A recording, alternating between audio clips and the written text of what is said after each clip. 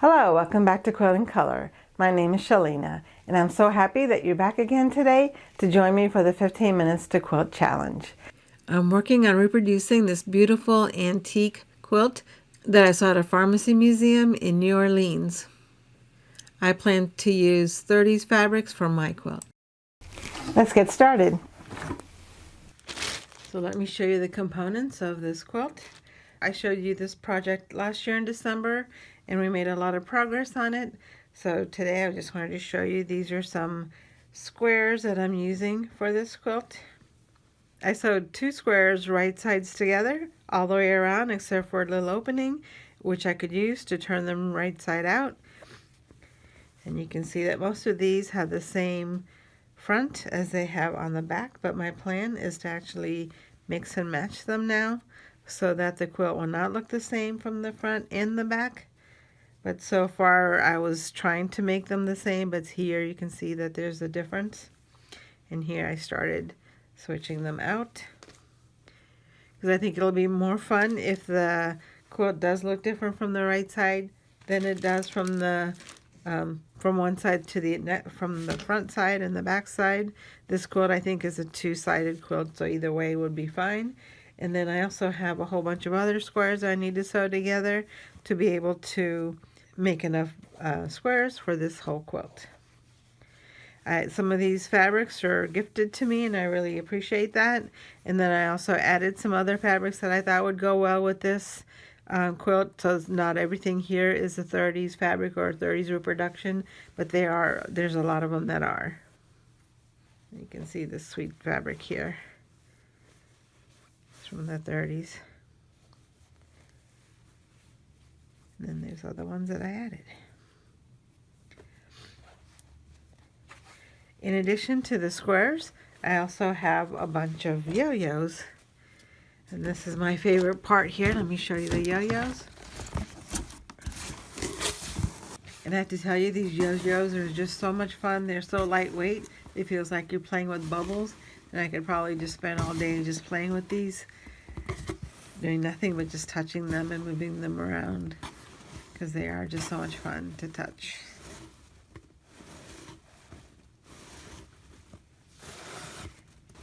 But these again are 30s fabrics mostly, and then there's some other fabrics that I added just to, they're mostly 30s fabrics, but then there's also other fabrics that I added that I thought would go ahead and match them. It's just a lot of fun with these. It's a big box of yo-yos. There's nothing but yo-yos in this huge box. Layers and layers of yo-yos. I'm going to go ahead and set this aside so we can start making some progress on this quilt. Okay, so the last time that we worked on this quilt in December, I joined up a whole bunch of different yo-yos to each other. You can see the one side, and here's the other side. And the way this quilt works is that you would add the circles around this square, and then you would do that same thing around every single square, and then combine the two squares together. So basically you would have 2 sets of yo-yos next to each other, and then the solid squares would separate them out. Also, the solid squares serve to me as a structure for the yo-yo, so that they have some place that they can really stay in place. To me, it seems like they need structure. I've never made a yo-yo quilt before, but I wasn't sure how well they would stay together in like one particular shape that you wanted it to be. And so adding this kind of structure, besides the fact that you need fewer yo-yos when you have squares like this, and also when you, this will help provide that stability for the quilt to say these have to go around a square. I'll be able to make sure that my yo-yos are in a particular formation, because I have the square to make them fit. So this is what we left off last time, is I had added all of these yo-yos, and it looks like we need one more. How about this one? So I can just pick one at random. I'm not really particular about them, as I'm trying to have some variety in all of the fabrics and trying to balance out the colors a little bit, but you can see here that I'm really not very particular. Just trying not to repeat any fabrics in the same block if I can help it. It'll be fine if it actually does that, but because there's so many different kinds of fabrics that I used, I don't think it'll be really difficult to try to keep them separate. So today, we're so close to finishing this block that I thought we could just go ahead and finish it. So I just need to add this one last yo-yo to the chain and then start attaching the yo-yos onto a background square, and I might as well just use this one. I'm using quilting thread, which is stronger than regular thread, and I have 3 colors. I have cream, I have pink, and I have blue, and I think I'm just going to use the blue today to go with the purple fabric that I have here. I think I used cream last time, but I don't know where my cream thread is right now, so we'll just go with this one. I've already threaded the needle and knotted the thread, so it's just a matter of getting started. I think the hardest part that I had last time was to put the needle into the quilt, into the little yo-yo without getting it in the wrong place. And this is a pretty good spot here, actually. You can see that it's not sticking out anywhere. Okay, and so I'm going to just go ahead and attach it, making sure that it's the right place to attach both sides here, and then just go over this a couple times like a whip stitch.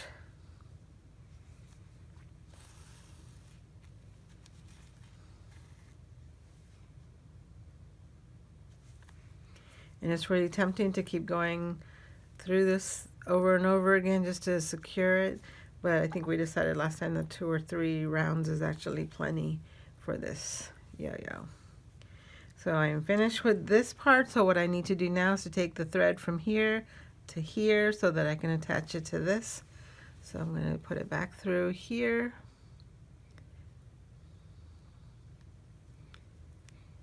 And then walk over to this section here, and I just need to, I can separate them out a little bit to give my needle some room to move.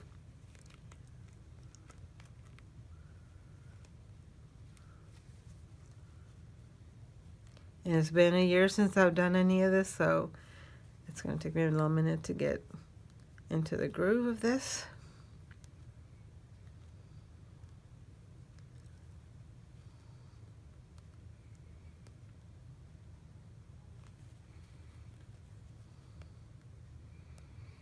I want it to be over here somewhere. Need to be a little bit farther up. This needle is also shorter than the one I used last time, I think.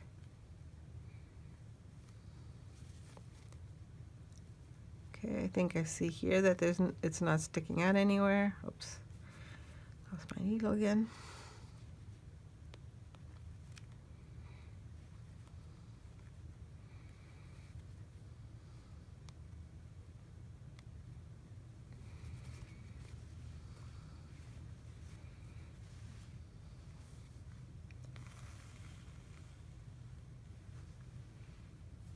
And then it's just a matter of combining these 2 together.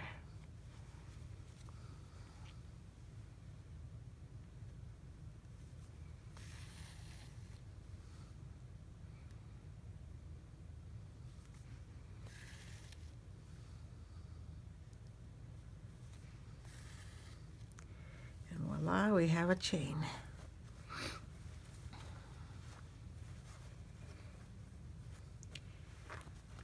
There we go. Now I have a chain of fabric. I can choose which ones I want in the corner. I think this is fine the way it is. I like the yellow in the corner here. And so I'll go ahead and come here. I need to come from here to attach this.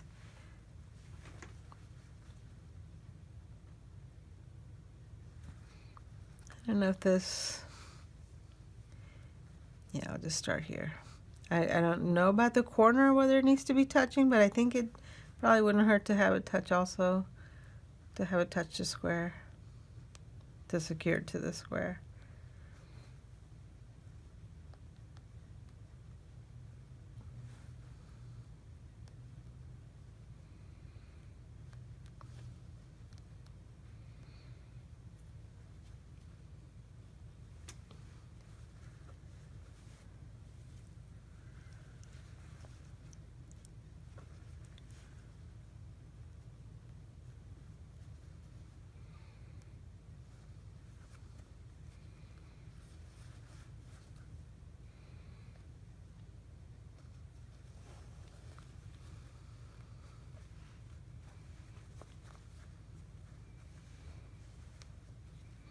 I need to move over a little bit.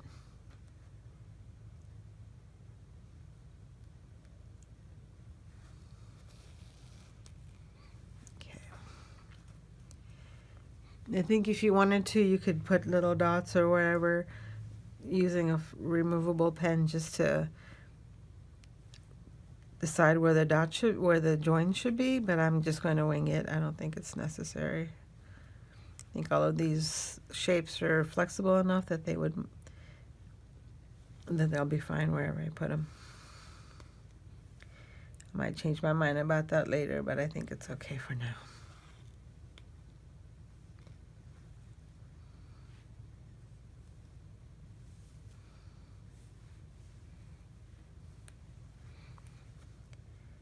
One more. And we're done. Now I need to go over. Now I need to go over here to get through to the pink and then back down to get to this next join.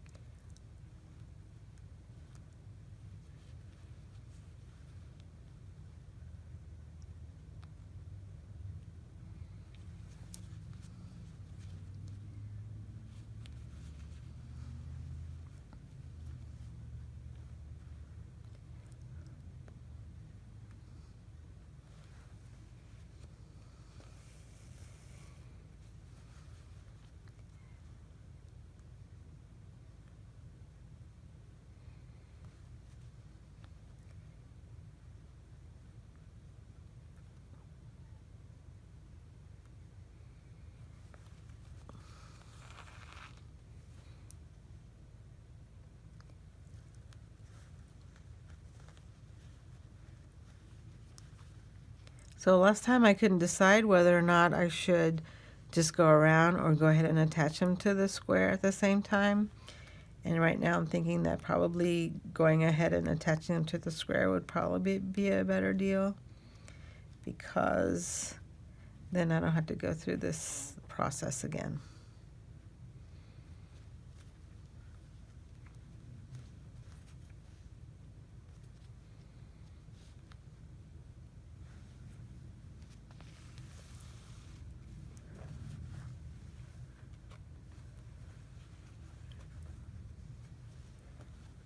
I'm going to go ahead and attach this here. The other thing I'm thinking about as I'm making this is that I probably should go ahead and whip stitch these openings closed instead of doing it as a part of the adding the yo-yos. And right now it's not in the way because I'm not at the seam.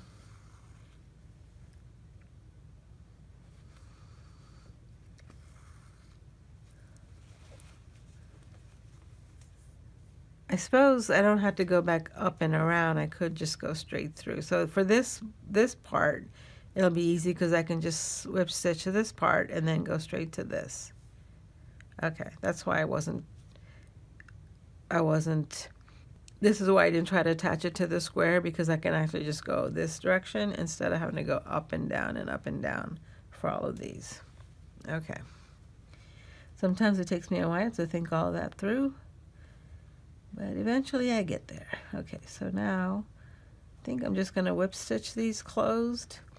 And even though this is a thick thread and it's going to show a little bit, I think it'll be okay if it does show a little bit.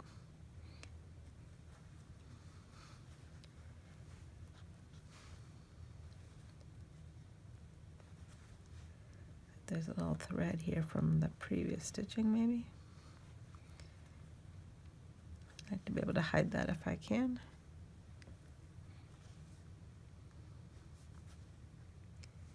I'll hide it later if I can't get it now.